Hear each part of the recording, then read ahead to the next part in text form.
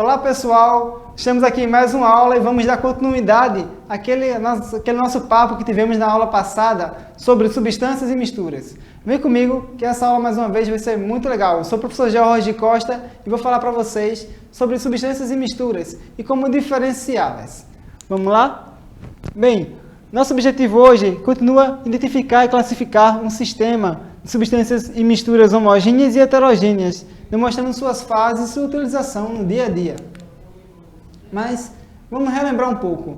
Afinal de contas, o que é uma substância, né? Uma substância, ela é a união de dois ou mais átomos, né? Então, lembrando que uma substância simples ou pura são formadas por um átomo de um único elemento químico. E a substância composta é formada por átomos de mais de um elemento químico, de dois ou mais. A partir disso, quero falar sobre que a maioria dos elementos presentes no meio ambiente, eles são formados por misturas, né? Então, a mistura é formada por dois ou mais elementos, né? Por exemplo, a água da torneira, ela possui água, mas sais dissolvidos nela. O álcool utilizado, por exemplo, para borrifar nossas mãos, o álcool A70, ele é 70% de álcool e 30% de água, então é um álcool hidratado. Ou ainda metais como o ouro, o bronze, que possuem misturas de metais nele. A partir de então, vamos pensar que de acordo com o aspecto visual da mistura, ela pode ser classificada como homogênea e heterogênea. Então, algumas, por exemplo, como a heterogênea, são bem fáceis de identificar, porque vemos diversos tipos de cores diferentes e um aspecto visual diferente dentro da mistura. Mas também não podemos dizer que essa água que existe entre o óleo e a areia, se ela possui sais dissolvidos nela ou não. Porque a água com sais dissolvidos você não consegue identificar apenas pelo aspecto visual. Um exemplo disso é essa figura, que existem diversos copos de água que você não identifica ao ver pela foto se essa água está misturada com álcool etílico, se está com outra substância de cor transparente ou ainda dissolvida com sais. Então, como eu falo, como saber se esse líquido branco é uma substância ou uma mistura? Será que é um álcool etílico a 100%, um álcool puro? Ou é uma água? Ou é outra substância, um ácido de cor transparente? Como saber que substância é essa? Como diferenciar, então, uma substância de uma mistura? Toda substância pura, pessoal, possui características específicas dela. É como se fosse uma identidade. Então, essa substância pura é identificada por possuir diversas características próprias dela. E a partir de então, ela é classificada naquela tabela periódica que falamos na semana passada, na aula passada, e que você pode também pesquisar um pouco mais sobre a tabela periódica na internet ou falar com o seu professor.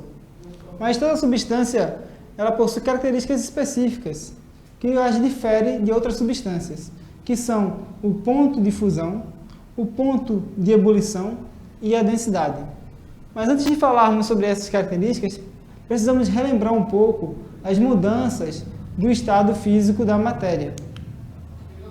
Os estados físicos da matéria possuem três fases: a fase sólida, a fase líquida e a fase gasosa. Por exemplo, a água, no seu estado sólido, ela forma o gelo e nós a consumimos, nós a bebemos em seu estado líquido e quando ela aquece forma um estado gasoso, o vapor da água, quando vimos aquele vapor de água pela panela do fogão. Então, todas as misturas possuem esses tipos de fase no meio ambiente. Então, quando eu tenho, por exemplo, um material no seu estado sólido, os seus átomos vão estar bem grudadinhos uns aos outros. Com isso, eles estão no processo de cristalizados, bem sólidos, bem unidos. E à medida que a temperatura vai aumentando, esses átomos vão se afastando um pouco mais uns dos outros. Então, imagina uma sala de aula quando vai esquentando, todo mundo começa a se agitar um pouco mais por conta daquele calorão que está aumentando. Então, todo mundo fica as moléculas ficam como as pessoas, agitadas no ambiente quente e apertado. E à medida que essa temperatura continua aumentando, essas moléculas se agitam ainda mais, ficam bem distantes umas das outras, que ocorre no estado gasoso. Porque, por exemplo, quando a panela no fogão começa a aquecer, a água vai passando do estado líquido para o estado gasoso, as moléculas vão se afastando mais umas das outras e mudam de estado físico, do líquido para o gasoso. E cada mudança de estado físico dessas, ela possui um nome específico para cada tipo de mudança. Por exemplo, quando um material está no estado sólido e passa para o estado líquido, ele passa por um processo chamado de fusão. Então, a partir de que a temperatura continua aumentando, esse estado líquido passa para o estado gasoso. E essa transformação vai se chamar de vaporização ou também de ebulição, quando o material passa do estado líquido para o gasoso.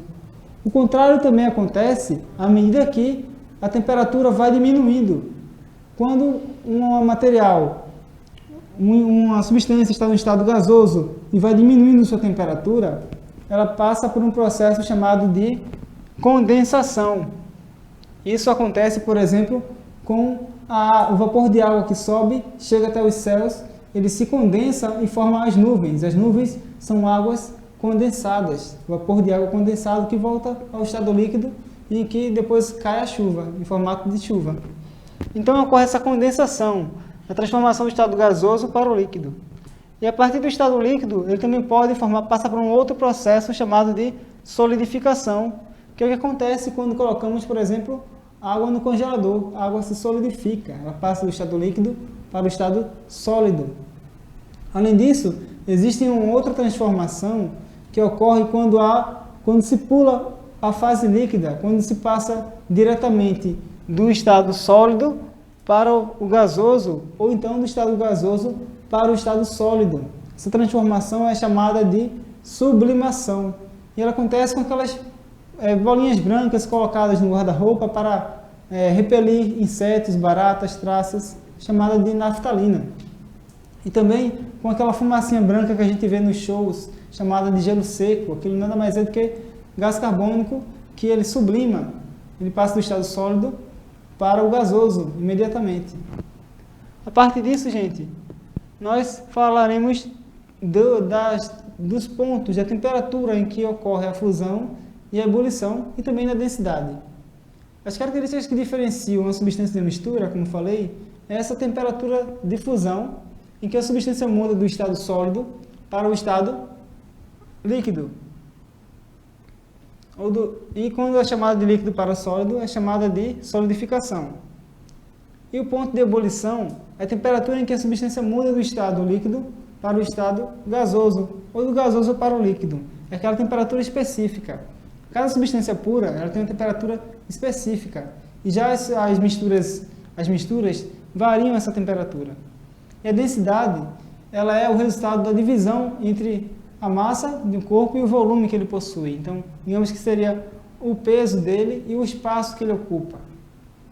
Então, vamos falar um pouco sobre diferenciar graficamente a diferença de uma substância pura para uma mistura.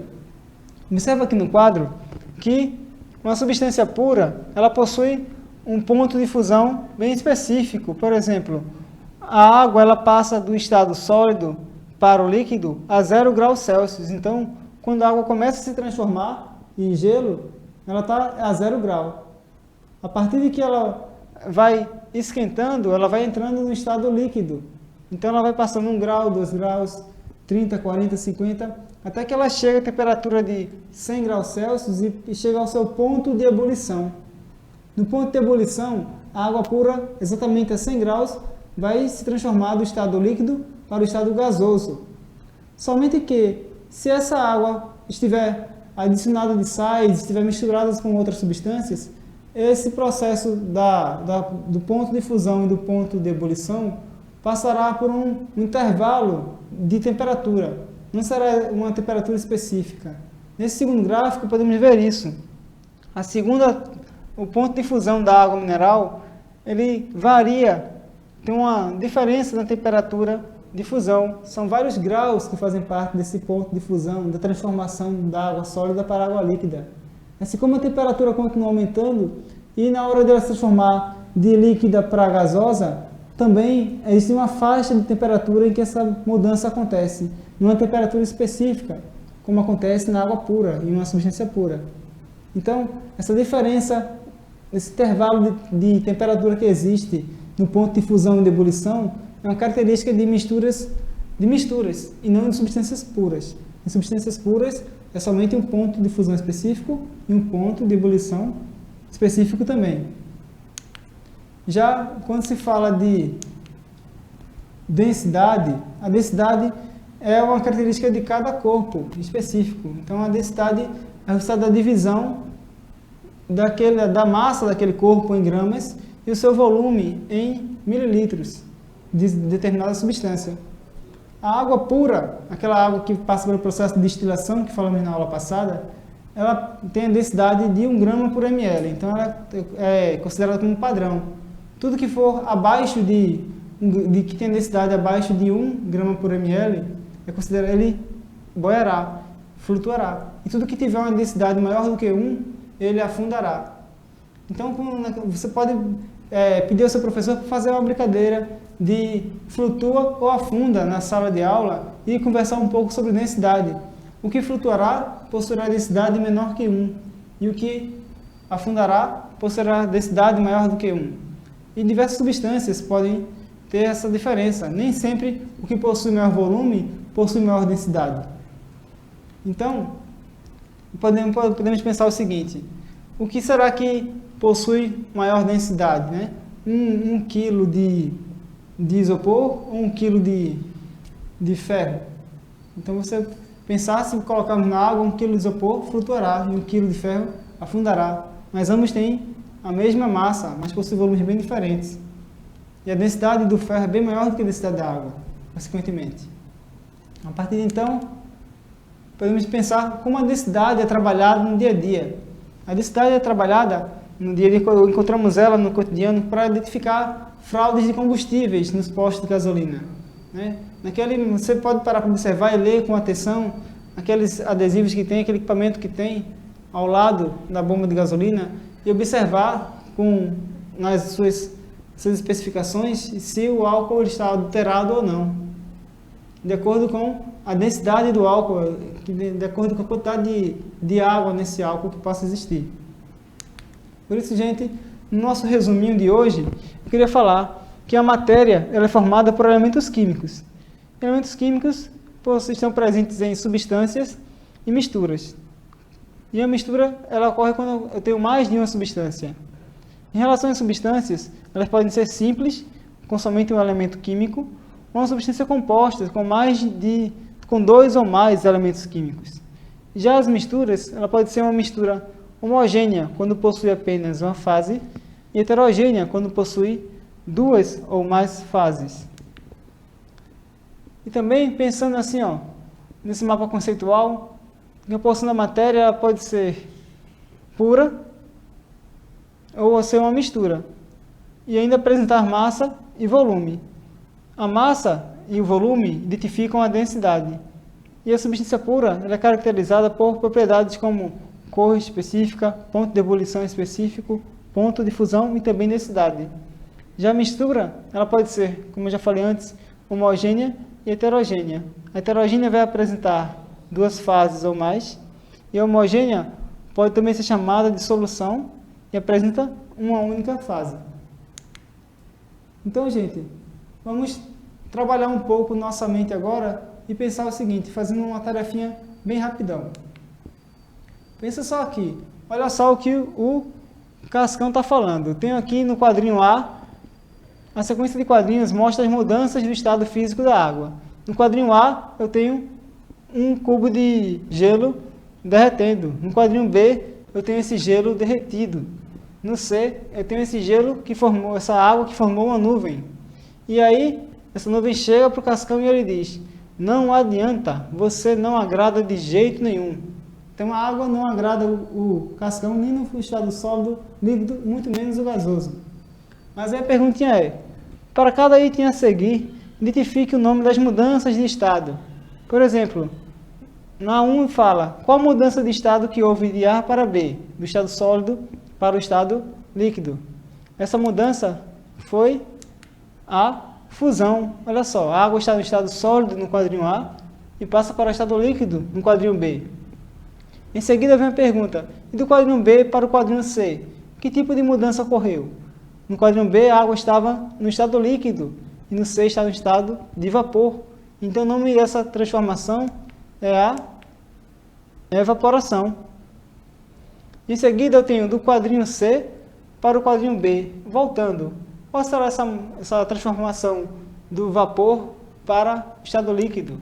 É chamado de liquefação ou condensação.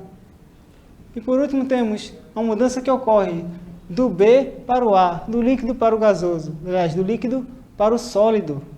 Essa mudança chama-se solidificação. Portanto, gente, esse foi o nosso assunto de hoje. Muito obrigado por mais um encontro. Até a próxima. Tchau, tchau. Bons estudos.